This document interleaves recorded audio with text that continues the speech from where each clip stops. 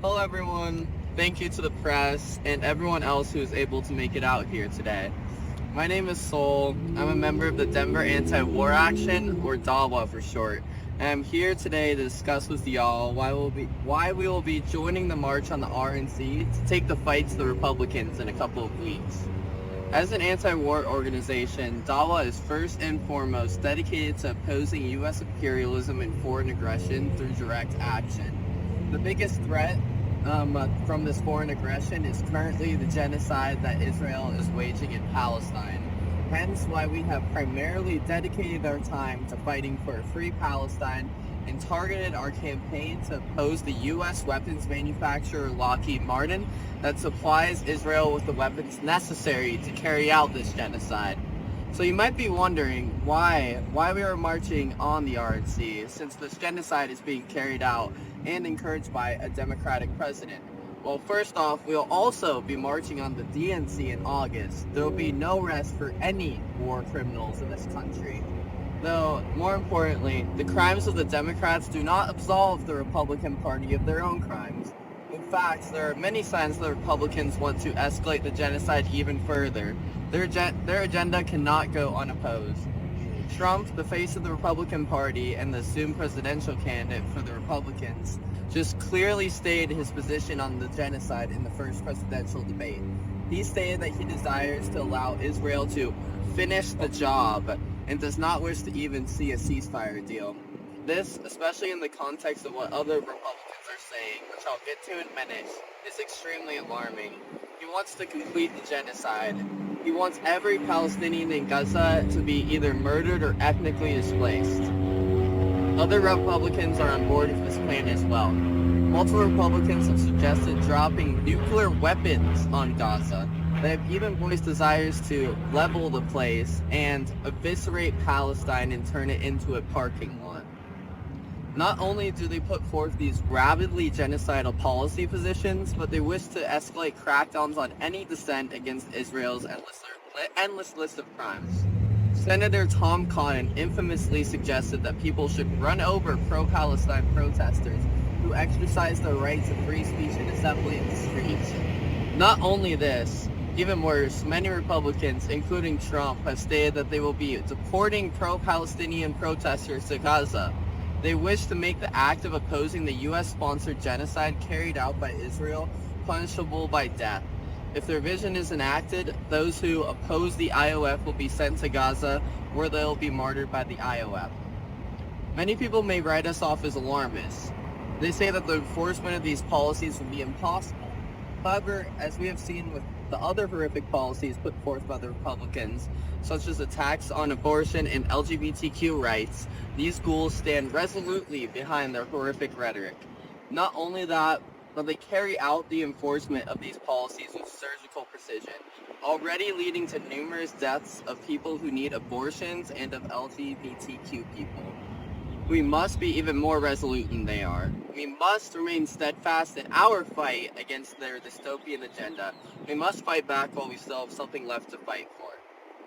Furthermore, while we are an anti-war organization, DAWA also happens to have a massive amount of queer and transgender membership, including myself. So I'd like to take the last part of my time to touch on what Trump and the Republicans wish to do to us. Trump has openly stated that he desires to ban gender-affirming healthcare, which, for those who do not know, are the hormones that trans people need to survive. He has said that all gender identities will be assigned at birth and that trans people are a lie invented by the radical left. This is an ahistorical statement which ignores the extensive history of trans people, a history which dates back as long as recorded history has existed, and comes with the logical conclusion that he will be ending the existence of transgender people in the U.S., or at least he wishes to do so. This is not an exaggeration, and what Trump has said about us represents the will of the majority of the Republican Party. Many popular conservative voices have expressed their opposition to equal marriage rights and have called for, quote, the eradication of transgenderism. They invoke rhetoric to protect the children, calling trans and otherwise queer people groomers. This is in order to dehumanize us, to make sure the rest of the American population does not protest when they carry out their plans of mass murder and violence against trans and queer people. Under a Republican presidency, every Palestinian in Gaza, or possibly the West Bank, will likely be murdered or ethnically displaced. Domestically, there's a high chance that many of my friends and myself are killed.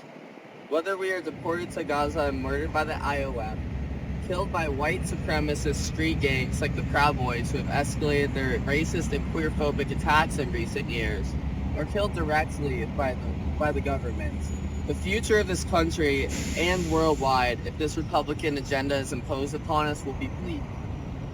So for all these reasons, this is why we must fight back. We must fight the Republicans and their reactionary agenda, and we must fight it with everything we've got. Thank you.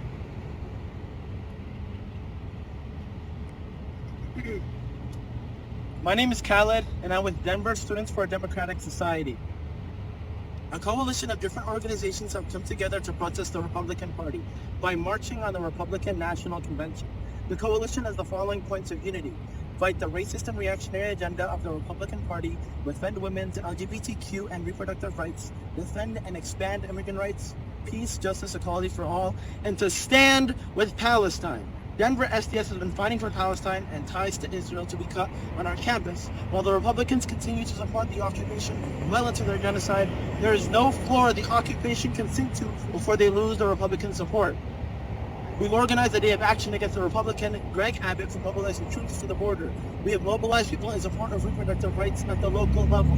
The Aurora campus is a campus of primarily working class students who are the most affected by attacks from the Republicans. The Republicans' racist and reactionary agenda is in contradiction to the wants and desires of students locally, as well as the organizing efforts of Denver Students for a Democratic Society. We will stand with Palestine and fight the racist and reactionary agenda of the Republican Party. Free, free Palestine! Free, free Palestine! Long live Palestine! Long live Palestine! Thank you. Howdy, my name is Caleb and I am a Teamster Local 455 member at Wendigo Logistics. I depend on my contract as a union member to be able to protect myself, other members, and even my job. In the last few years, the Republican Party has turned its back on union members and the working class as a whole. Trump has packed the courts and labor boards with anti-union delegates who have no problem advocating for right to work for less or slowing down the organizing process, like the Colorado Peace Act.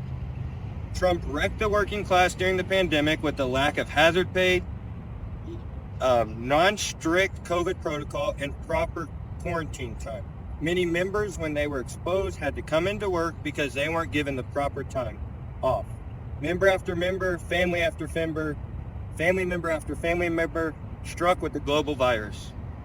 Another thing Trump did was cut huge tax breaks to corporations we work for. 50% tax cuts were given on foreign profits, incentivizing companies to do businesses overseas during a global pandemic. How does that help the American working class? The last thing I'll mention is how unsafe every day in the warehouse is. You're at risk of rolled ankles, crushed limbs, and dismemberment daily. Trump did not help at all. By cutting funding to OSHA, requiring less inspections and more relaxed rules. Rank and file workers cannot be idle in this time. Fight back and join the march on the RNC on July 15th.